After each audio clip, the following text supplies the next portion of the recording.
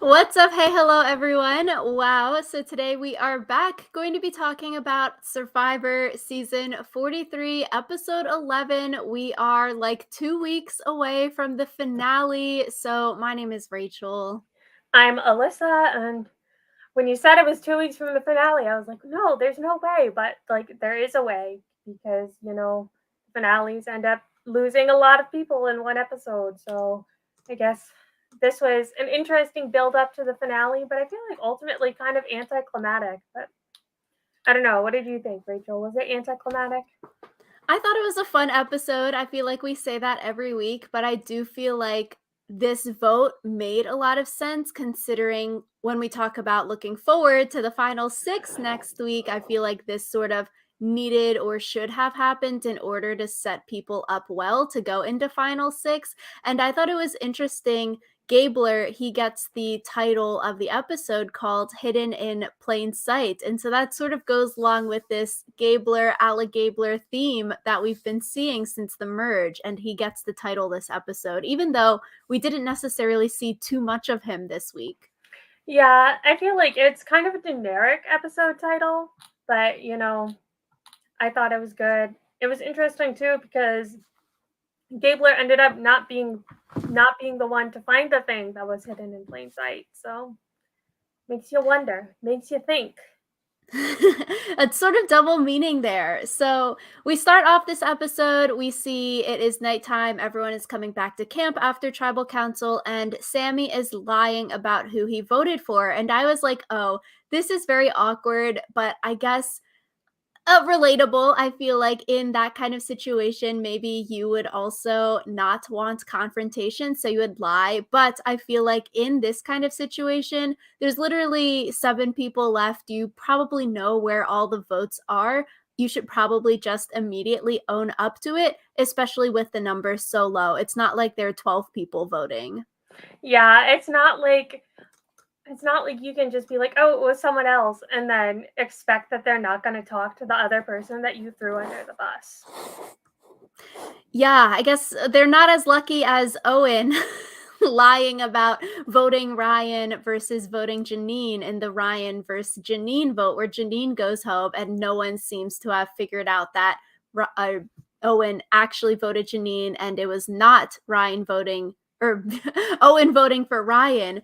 So I just thought this was so awkward for Sammy and just leads later to his downfall this episode, because then he comes back later and he walks it back and he's like, oh, I actually did vote Carla, I'm sorry, after already denying it. That's just even worse because you tried to lie and then you own up to it later on. Yeah. Ugh. This whole thing was just a mess. Very awkward, but honestly very relatable. I would probably not know what to say if people are asking you how you voted, and you would probably mess up like that and be like, no, I didn't, and be like, oh, wait, later, actually, I should fess up to this. Mm-hmm. So it was also interesting, awkward, because then we see Sammy, he gets the like family letter from last week, some content talking about his mom, the family letter, and I was like, oh, this is not good, because last week we talked at length. Okay, we saw the family letter from the reward from Owen and Jesse. That's good signs for Owen and Jesse. Not good that we didn't get any of the family letter from Noelle and Sammy, who are on the reward. So, like we've been saying, sort of classic Survivor edit here. Sammy's getting this personal content right before he gets the boot, and it's just sort of like, oh, red flags starting to appear here. He didn't get that family content last week. He's getting it at the start of this episode. It's also kind of like the family content that he did get was so generic. Like, my mom wants to be proud of me. Like, it wasn't anything super special. And she was just like, fuck up, Buttercup, which, again, kind of generic family content. I feel like I still really don't know that much about Sammy. Like, I learned more about him and his relationship with his mom in his like final stinger where he was like, "Yeah, I'm sad to be going home," than I did in the entire however many episodes that it's been. Yeah, I guess maybe that's also because of him being so young. Like, you wouldn't have maybe a long-term partner like Owen and Jesse talking about their girlfriends or wives kind of thing. So that could be a part of it. So he only really has like, okay, his high school experiences, his family experiences to talk about. And I guess it was funny because they were showing those throwback photos of him probably like only 2 years ago doing high school football, but it was like a throwback photo. Yeah. Yeah. Just Sammy, what are you doing? So we also see Sammy throws out Cassidy's name at the start of the episode. As when Carla is talking with him, Carla asks, okay, who's the first person to throw out my name? Sammy says, oh, it was Cassidy because he wants to stir the pot. I thought this was interesting because Cassidy had a confessional previously saying, oh, if you target me, you're going to go home. And we saw that with Gio and Ryan. And Sammy now throwing out Cassidy's name, even though for this vote, not necessarily Cassidy is the one that's getting Sammy voted out. But I just thought that was interesting that we saw this confessional from Cassidy and now someone throws out her name. Whether it's her doing or not, then they go home. Another thing that I noticed that kind of like got tied back to Cassidy was Owen in his confessional about like the Peanuts characters. He specifically said that he got outfoxed, and Cassidy's whole like I want to play like a fox thing. So I feel like I'm really big on the Cassidy winner train now because they could have just kept the funny part of Owen's confessional about being like the Peanuts character, Charlie Brown, who just keeps like kicking for the football, but they kept the outfoxed part, and I was like, ooh, my brain is turning. So Seriously, if Jeff wants some more metaphors and analogies, use a fox. Why we got these dumb ones at tribal council. But anyways, we also see Carla flashback, and it shows that Carla tells Cassidy that she has the idol. And here, because of Sammy throwing Cassidy's name out, and then Carla being worried that Cassidy's spilling the beans about the idol, we're starting to see some distrust between Carla and Cassidy because of this idol secret, which I thought was just sort of interesting because we've seen in a secret scene, Carla was telling people that Lindsay had the idol. Lindsay was voted out with the idol. Lindsay was the person collecting beads. So does Carla think that her lie about Lindsay is that good that other people won't necessarily put two and two together and figure out that Carla was also asking for beads? Maybe Carla has the idol and people were lying about Lindsay. It's like we saw last week, Jesse thinks he knows that Carla has the idol because he heard Carla was asking for beads. So I don't know. I guess there's like a disconnect there. You really think your lie about Lindsay was that good that if next week it gets out that Carla does have an idol, is she going to blame Cassidy because she only told Cassidy? Or is she going to think, hey, other people might know I asked for beads? I think she'll probably just only blame Cassidy because the fact that it was brought up that like, oh, Cassidy's the only one who knows about my idol. I'm so mad that I told Cassidy about my idol. Like, yeah. That's what I think too, which is like, how do you not like you think that your lie is that good that you wouldn't think some other people just sleuthed out that you asked for beads as well? I think it's really interesting. Hmm. But I also wonder because we got like people trying to bait Carla into voting Cass so that they'll be at each other's throats next week to it being a unanimous vote on Sammy. And so I kind of wish that we had gotten to see what conversation made Carla switch to Sammy. True. And I guess some people filter in, like we've been saying, people are trying for the unanimous votes. People don't want to rock the votes. People are angry if you want to play your shot in the dark because it shows that you don't trust the other people on the island. So maybe we'll see a flashback next week of someone filling Carla in on the vote. Hey, it's switching. We're not voting Cass out now. We're voting out Sammy. Make sure you write the right name down. But even then, I feel like if the men wanted to drive a rift between the women even more, they could say the idol thing, like, yeah, Cass told me you had an idol, or drop, hey, I think you have an idol, and maybe Carla gets anxious about that. Or even just saying to Cassidy, like we sort of saw in the preview, Cassidy is like, oh, I'm coming for Carla now. So you could just say, Cassidy, Carla was trying to vote you out last week, and then that'll just make them more at odds. You don't even need Carla to vote for Cassidy. Yeah, it's just I feel bad because Carla and Cass, they were supposed to be the power couple, and now they're not. So, More. The last two women have to go at each other. hmm so I feel like Carla's winner chances kind of died this episode because she kind of just seemed more paranoid and turning against her like biggest ally with no real reason. So, I agree. I could totally see Carla going at 6 next week. mhm. So we see Gabler. He has a plan. He goes up to Owen and he says, Owen, I have a plan for me and you to be final three. But we don't actually see this plan, which I thought was interesting. And I'm wondering, okay, Gabler, what is this plan that you have? Because he mentioned it multiple times, saying, I have a plan for us to get to final three. So I hope next week or whenever this plan comes to fruition, we get to maybe get a flashback or hear what this actual plan was that Gabler is having, because I'm like, okay, you're mentioning it, and he continuously is saying in confessionals, I'm in a good spot. People are targeting each other. I'm not being targeted. I'm the alligabler hiding in plain sight. I'm underwater right now. But we don't actually see like what he's doing behind the scenes. So I would want to see that. Yeah, I think this is interesting because it goes back to that discussion we've had before about like making it to the final three versus actually having a chance to win the final three. Because Owen was kind of like, well, everyone's going to bring me because I'm not winning. So I feel like that kind of thing is interesting. Like Gabler and Owen might get to the final three, but Which it's fascinating because if Owen keeps saying, "Oh, I'm going to lose. I keep voting wrong. Bring me to the end."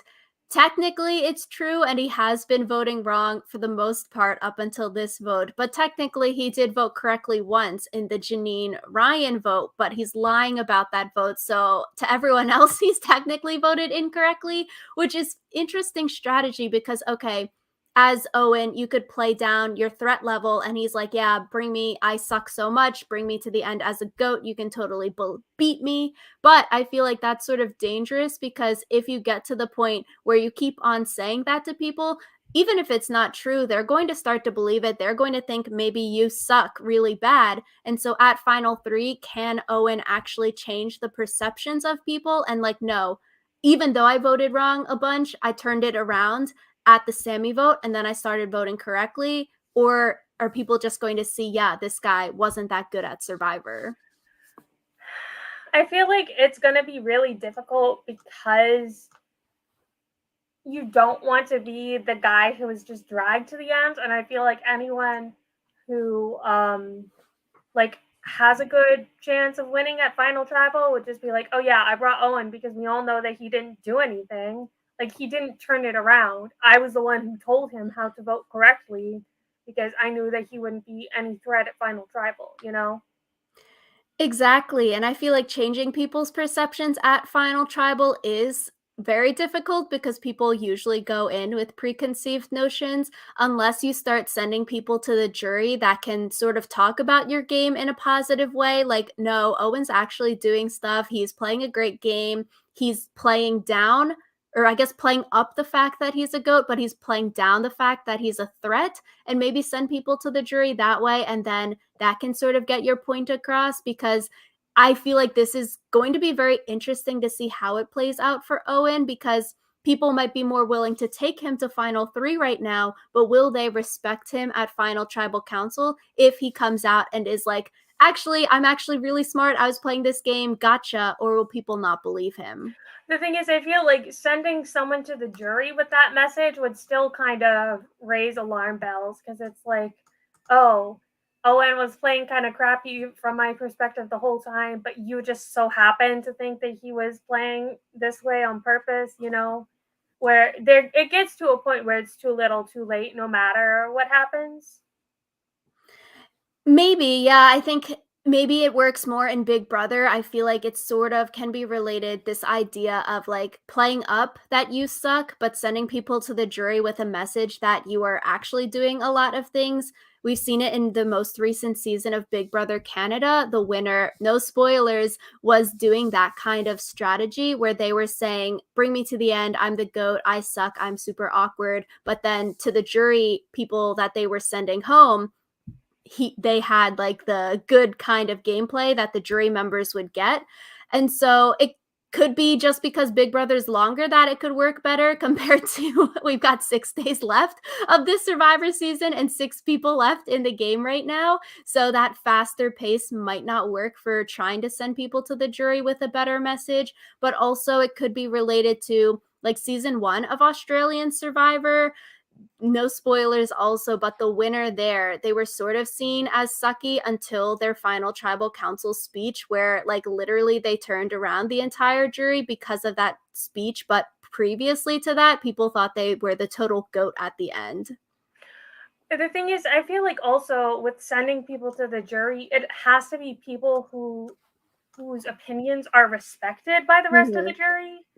Where it's kind of like sending Gabler to the jury and then having Gabler be your guy who's like, oh yeah, Owen's been playing such a fantastic game. Like, because Gabler is not really seen as like a strategic mastermind himself. I feel like that would also like have something to do with it, where the person vouching for you needs to have some sort of social capital of their own. Yeah, exactly. I agree with that. And so I feel like if Owen is trying to do this strategy, it will be very interesting to see how it plays out. Maybe he's not trying to do the strategy and he truly believes that he sucks because he keeps on voting incorrectly and he's just trying to get to the end for the extra money. But I feel like as a super fan that Owen is, hopefully maybe this is part strategy. And so it would be interesting to see this play out.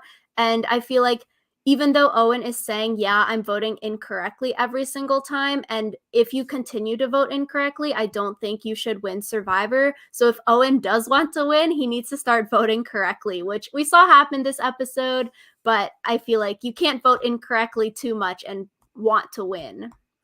Yeah. Yeah. So I don't think that Owen will win. I don't think that Gabler will win. I think it seems very likely to me at this point that they will get to the final three, but I think that it'll be like whoever goes with them. At this point, I'm thinking Cassidy. Cassidy will get like 7 votes. Gabler will get 1 or 2, and Owen will get 0. But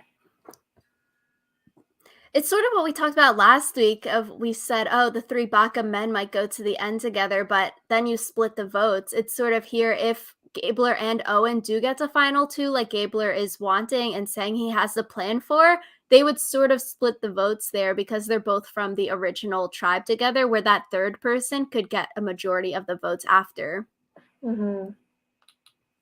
So we see a boat come to camp, and it's a new advantage called the Choose Your Champion advantage. There's no more do or die twist here, so that's a good thing, which Jeff talked about preseason. No do or die this season. So, yay for that. But the boat comes up and they read the note, and it says that there is an advantage hidden on the island. Go! And then everyone runs off. And I thought the editing here was fun. People literally continuously walking past the tree with the clue on it was so insane. And I'm glad we got shots of people and the advantage in the same screen. So we know, okay, people are actually walking by it, people are looking right at it and walking by it. And it wasn't just some editing trick. I think part of it is um, they might have been expecting a scroll and it was an envelope. And then I think also it looked like it was slightly above eye level, and everyone was looking like at eye level or below eye level. So yeah, that Which was goes the two back things I noticed. Yeah, it goes back to the title of the episode, Hidden in Plain Sight. The advantage was hidden in plain sight. Usually people are probably looking in like holes and crevices and like tree stumps, right? So now it's sort of backwards that it is literally hidden in plain sight. Unless you're in Island of the Idols where, it's hidden in plain sight and it's a curse. I I thought it was interesting because in the past, when they've given away like a last minute advantage, it's been like some sort of clue, and then you use the clue to find it. And I personally prefer the clue rather than just like, there's an advantage somewhere, go. Literally, go! Exclamation point. Awkward. Do we run off or are we like dilly dallying here? We also see Gabler do the lerp walk, which that was interesting. We've seen previous idol hunting strategies where people split into like quadrants and do that. And then here we get that little segment of Gabler lerping, not LARPing. That's a different thing. Yeah, at first I thought he was saying LARPing, and I was like, Gabler? Goblet? But no, he was saying LARPing. This whole Yeah. thing was just so weird.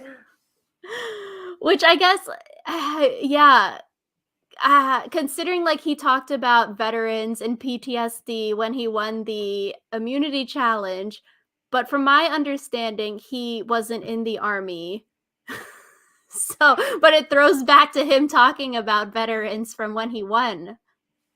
Yeah, but it's also like his whole thing about like when I'm in the operating room, kind of allowing people to think that he's a doctor when he's not. So It's just all part of Gabler's facade. So we see Cody, he finds the advantage, and so he gets the bet on an immunity challenge winner. For me, watching this episode, I was thinking, okay, if that were me and I won this advantage, I would probably put my vote or like my bet on the person who is on the bottom of the tribe right now because they're more likely to try harder in this challenge in order to save their life in the game, which would be like Owen or Sammy, especially because Cody gets to know what the challenge is. It gives that description. If you don't know the challenge, okay, maybe it's a little bit harder based on people's strengths or skills. But when you know, okay, this is a challenge that is all about willpower, I would definitely put it on Owen as, Cody did here. mhm. Your thoughts? Who would you put it on? Owen, I feel like part of it is I would have maybe if I wasn't Cody, I would have bet on Cody. But if I was Cody, I would bet on Owen. So Mm. Okay. Yeah, yeah. Like, cause Cody, if you were Owen, you'd maybe put it on Cody because of the surfing thing. Cody's strong ish, hasn't won any challenges yet, but, or won one challenge. Yes, the high school wrestling. But I think Cody picked well. yeah, I feel like I'm not really sure what happened with Cody. It looked like he just panicked and then couldn't recover from his panic. Well, I thought that was interesting in the challenge because it looked like he was going to see who was still in the challenge, and that's why he was looking over, like, he was double checking that Owen was still in so he could drop out. Hmm. Yeah.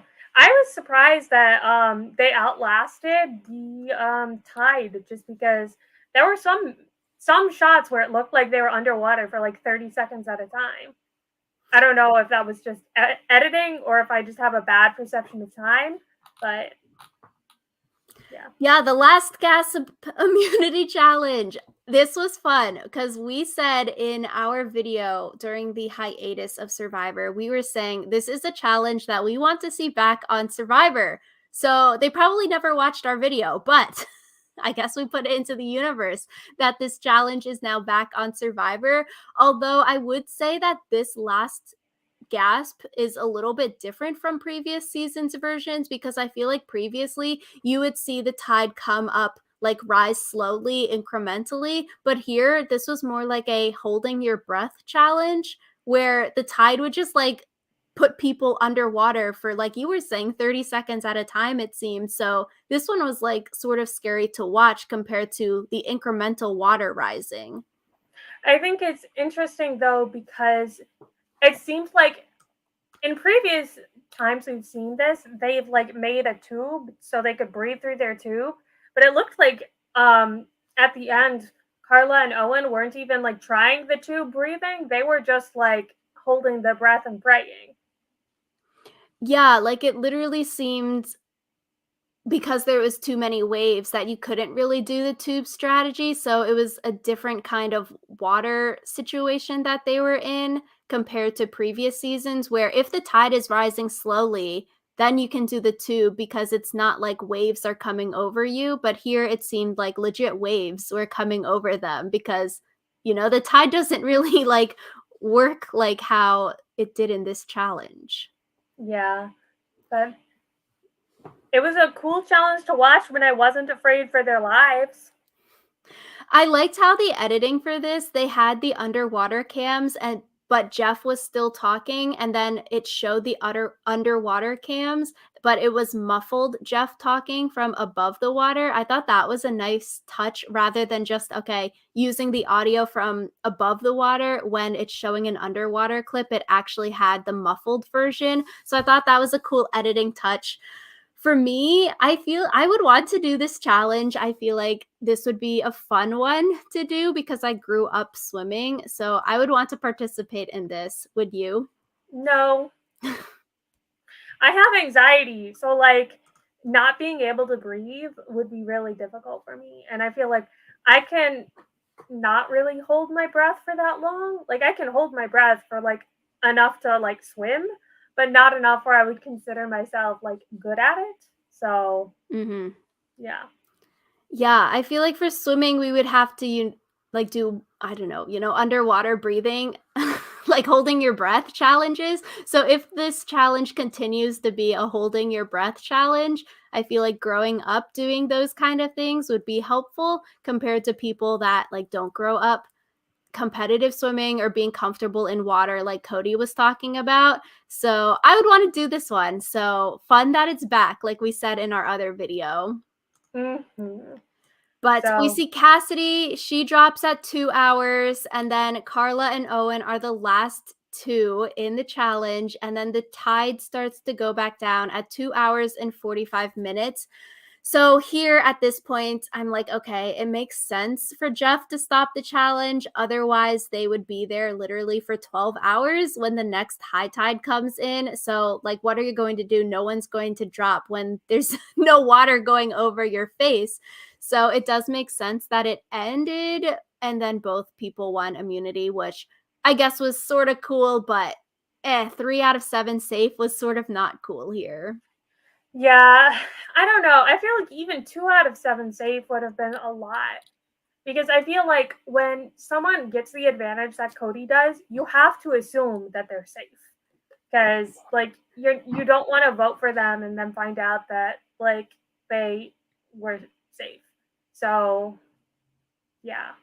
Exactly. I don't like how this choose your champion advantage it is announced at tribal council after the votes are cast but before they are read because if Cody whether he's correct or not in his bet and guess of Owen, it basically protects Cody or the person who wins this advantage from receiving any votes at this tribal council because it's not like people are going to risk voting for Cody here and targeting Cody because he might be safe. It's just a safer option to say, okay, Cody's automatically safe, whether he is or he's not, and he guessed wrong, but let's just go the safe route and put our votes on someone else. So it's sort of bad that 3 out of 7 people were safe here rather than just 2 out of 7, even. Maybe 7 is too small a number to do this advantage at. Yeah, like I like this advantage, but I feel like it definitely should have happened maybe earlier. I don't know. It gets to be one of those things where it's difficult because you don't want to have it where there's like 10 other people left in the game and then you're trying to guess like 1 out of 10. But yeah.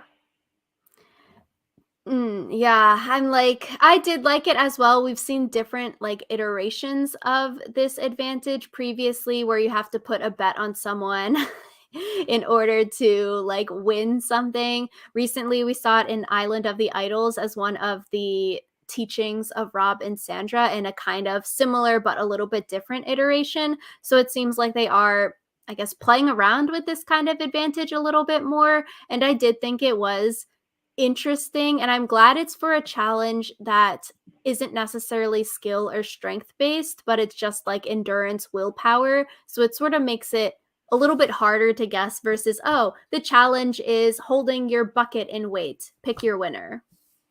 I also wonder if it had been different if the challenge had never been seen before. Because Mm. like Cody had seen the challenge before on previous seasons of Survivor, knew what it was, and like obviously they get the little explanation thing or whatever. But like maybe if you had never seen Survivor before, you would think that this was more of like um a test of like endurance, or maybe you would think it was something about like being able to hold your breath. But I feel like Cody nailed it when he was like, this is about who will be able to not panic. So I feel like having seen it before means that you kind of are able to give a better guess than maybe you would have been able to otherwise. Maybe you don't tell them what the challenge is in the clue, you just say, "Pick your winner," as a how do you best know your fellow tribe mates? But yeah, I guess production can play around for that. That's above our pay grade here. I mean, I feel like you can tell them what the challenge is, but I would still want it to be like a new challenge. So, Mhm. So Carla and Owen they tie, so they both win the necklaces. Cassidy's face during this segment and the next segment was very funny because she's just like really straight faced, sort of angry looking. And I feel like if I were her, I agree, I would also feel the same way, like very angry at yourself and disappointed in yourself because if she lasted just a little bit longer, maybe she could have made it a three-way tie. They wouldn't have known that the tide was going to go down. Cassidy dropped at 2 hours, Carla Owen made it 2 hours 45. After doing it for 2 whole hours and you only had to do 45 more minutes, I'd be a little bit angry as Cassidy was. I mean, you say only 45 more minutes, but those were like the 45 hardest minutes. So, I don't know. I feel like for me, it would be kind of angry at the last minute change in the rules, because like there's a different thing mentally between like having to outlast everyone else and just having to outlast high tide, if that makes sense. So like maybe Cassidy was like, well, I can last another 40 minutes, but I won't be able to outlast Owen. So knowing that like multiple winners could be picked would be like change how she behaved. So Exactly, yeah. So it's like if you were Cassidy there and say you knew, okay, high tide only lasted 45 more minutes, then I think you would want to push through because it would be interesting to know, okay, did Cassidy drop? What was her reasonings? Was she out of it? Did she not want to do it anymore? Did she not think she could make it any further compared to knowing, okay, here's the deadline that I have to beat. I just need to beat the tide 45 more minutes. If you knew that, I feel like you would just push through even if it's like 45 hard minutes because it's there's an end date. It's not like you're just doing it for hours and hours, but there's like a finite finish line here. yeah, because like there was a little meter on the edge of the grates, but they couldn't see that. So But we get a tie here, and then they go back to camp, and then we see Carla throwing Cassidy's name out here. Carla is afraid that Cassidy is going to tell other people that she has the idol. So, a little bit of drama here between the women, which is not too good.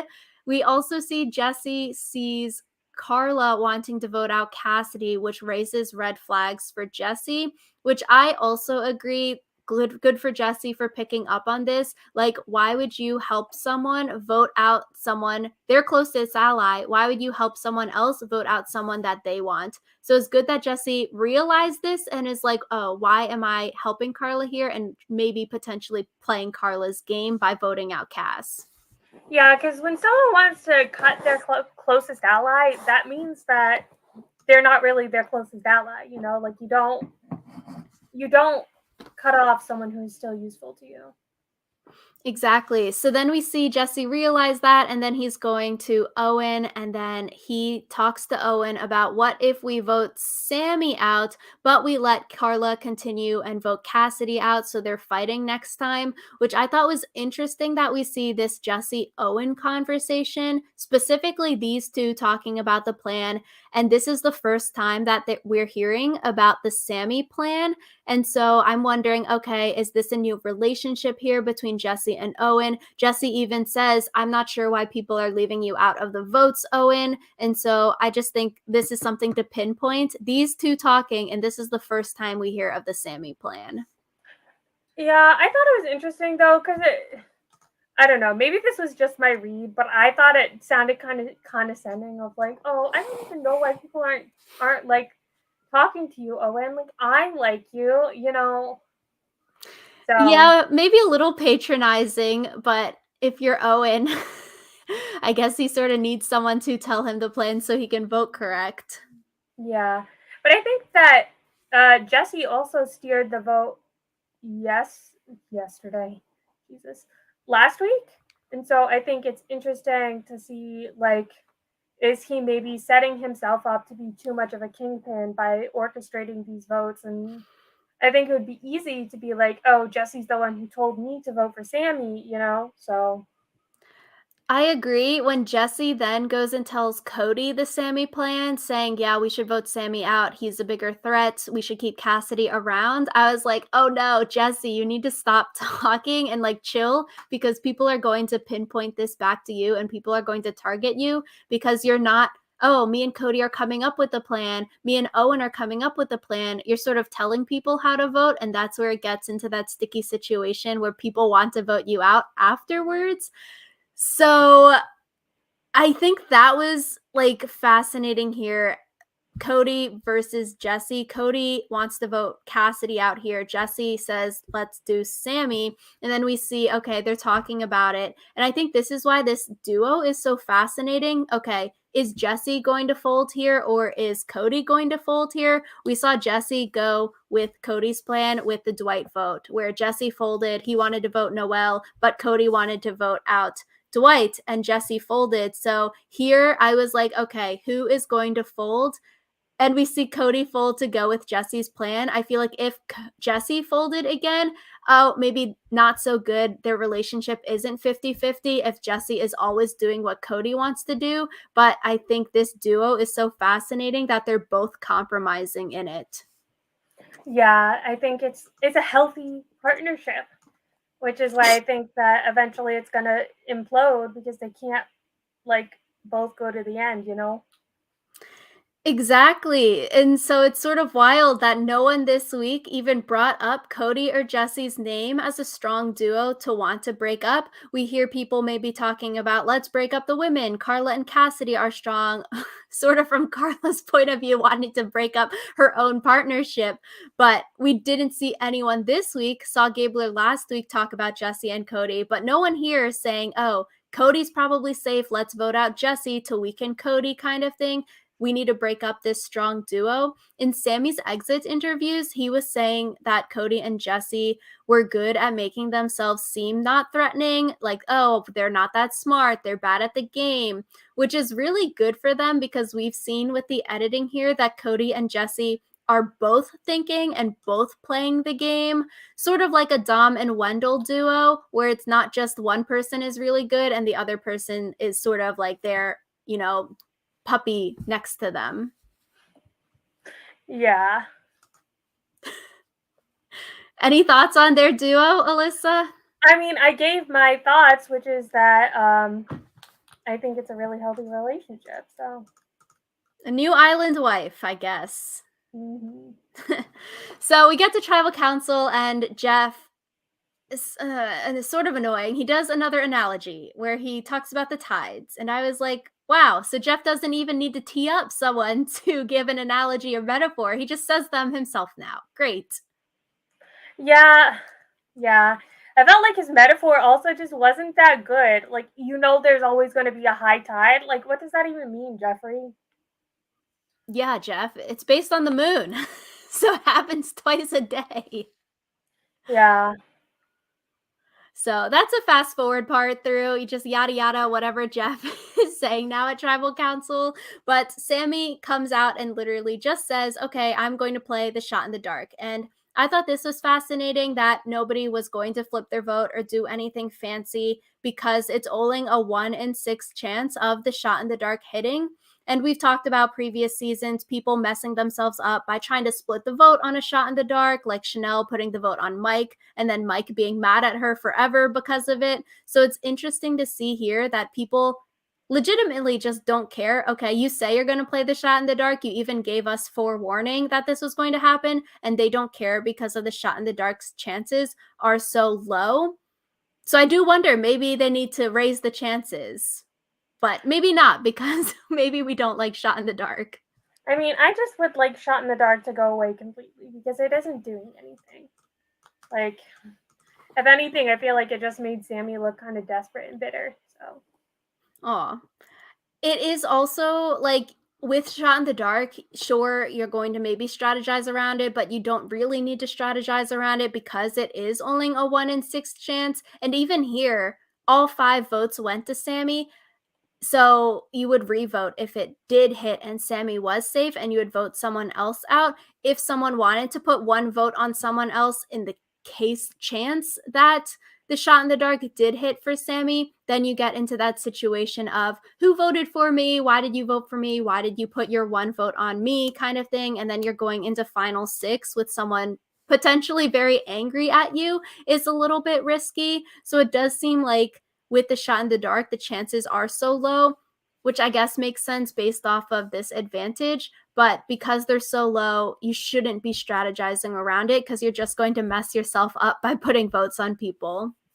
yeah, I think it would have to be like more of a like one person goes rogue thing than like we're going to split votes because we think Sammy might play Shot in the Dark.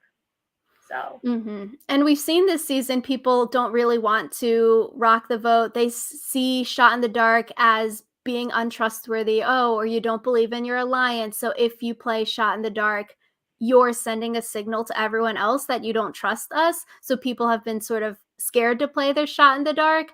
But I want to see Sean the Dark hit just once. I was like, okay, Sammy's gonna get it. He's gonna get the safe scroll. But then it was not safe as well. I was like, I just want to see it say safe once. the thing is, once you play Shot in the Dark once, like if people are prepared to vote you out, who's going to say that they're not just going to vote you out the next time they get a chance? You know?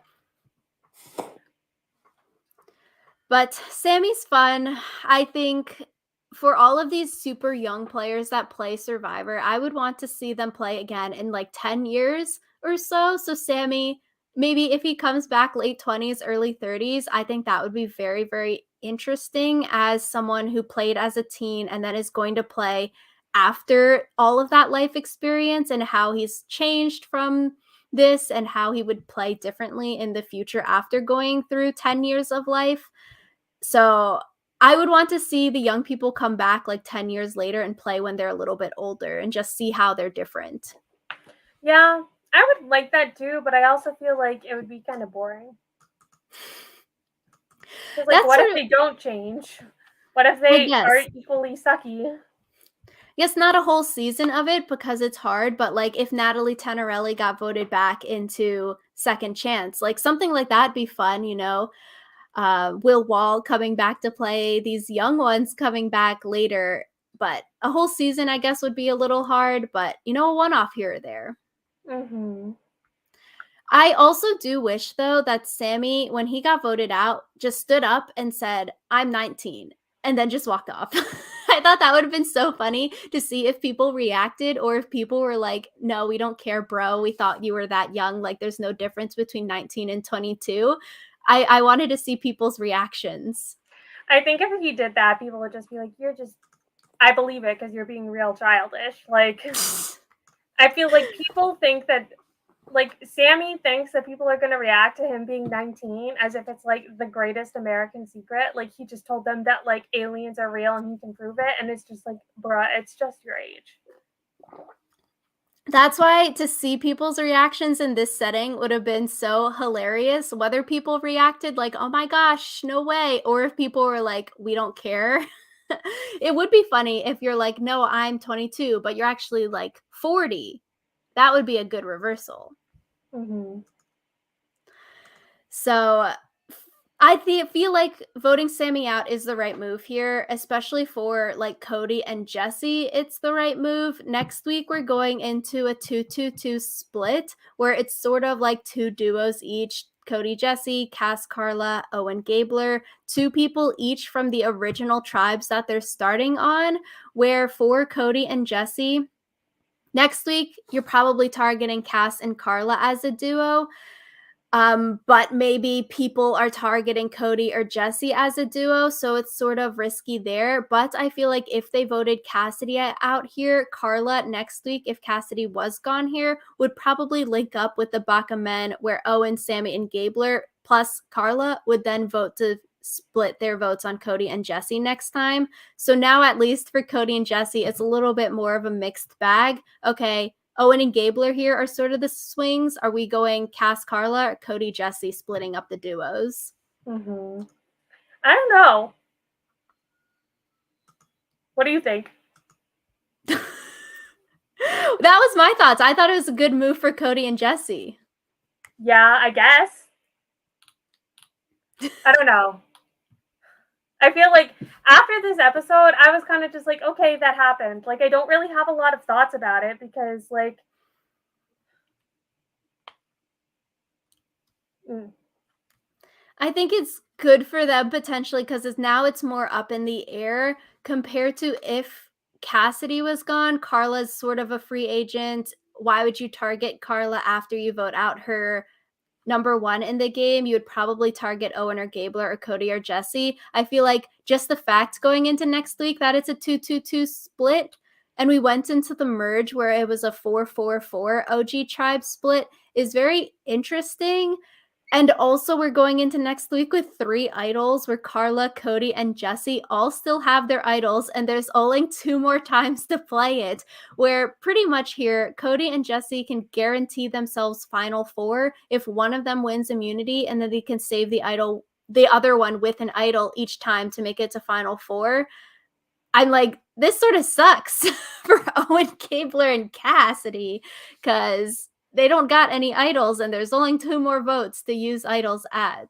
well, I feel like that kind of makes a lot of assumptions about the fact that either um, Jesse or Cody will win the immunity challenge, and then also that they will be able to accurately play the idol. Because it's like if neither of them are immune, and then they have to figure out which one of them is going to have the idol played on them, or they both burn their idols at the same tribal council and then end up like being totally naked the next tribal council. Like, I don't know. I feel like it is worrying that there's 3 idols and only 2 tribal councils, but at least it's not like Advantage Geddon where like everyone had something. So I'm not super concerned about that. As long as they don't add in anything else. So I guess so. I guess it can be worrisome if 3 people have the idols and say Gabler wins immunity, then the only people up for elimination are Owen and Cassidy. Sort of like, yeah, it's like, okay, it went from 5 people potentially going home to only 2 people to vote for here because we don't have an idol and we didn't win immunity. Sort of like a idol train. Okay, everyone's going to burn all of their stuff because one person does it. Sort of like Kelly and Jeremy playing their idols one after another. You see 1 or 2 people do it, maybe you're going to just do it as well, kind of thing. But I feel like if maybe Jesse and Cody, maybe Jesse has told Cody about the idol and those 2 know that they have 2 idols between them, then they can do some real damage and really say, okay, let's try to win these immunities to guarantee ourselves safety going forward. Because if one does win immunity, you can save the other with an idol and you can only use the idols in the next 2 times and you have 2 idols. So if they do realize that they have 2 idols between them and they could, if they wanted to go to the end together as a twosome, which might not be the best move, so they might not want to save each other with their idols, but if they did, then they could figure out that they just need 1 wins immunity and 1 can play an idol to guarantee themselves safety. Or they can just both tie at immunity after high tide. So, but yeah, That's I true. think Is that a challenge hack now? yeah.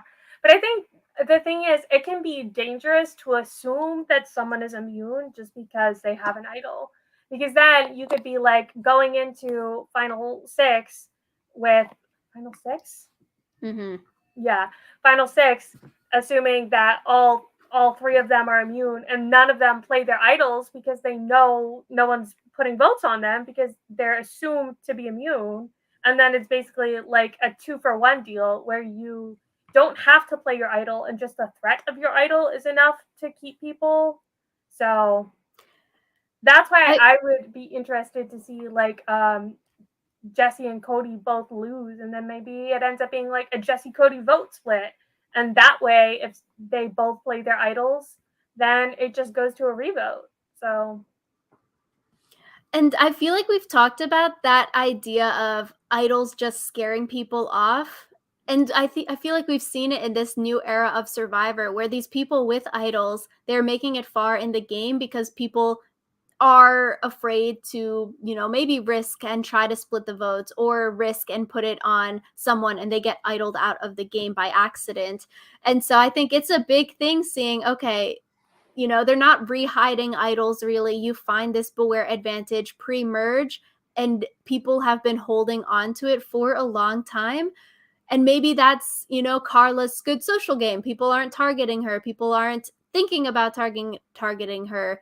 Cody has a public idol and people aren't wanting to target him. And so it's interesting to see, okay, what's the reasoning behind it? Is it their good social game? Are they not a threat so they don't care to be targeted because people want to bring them to the end as a goat? Or is it like these idols are scaring people off from splitting votes or making a risky move because of being idled out of the game? yeah, I feel like it gets harder to flush idols, especially right now where it's kind of like Jesse and Cody are a strong pair, Cass and Carla are a strong pair, and then Gabler and Owen were kind of like two on the outs, where it's like getting enough votes to split successfully would be really difficult.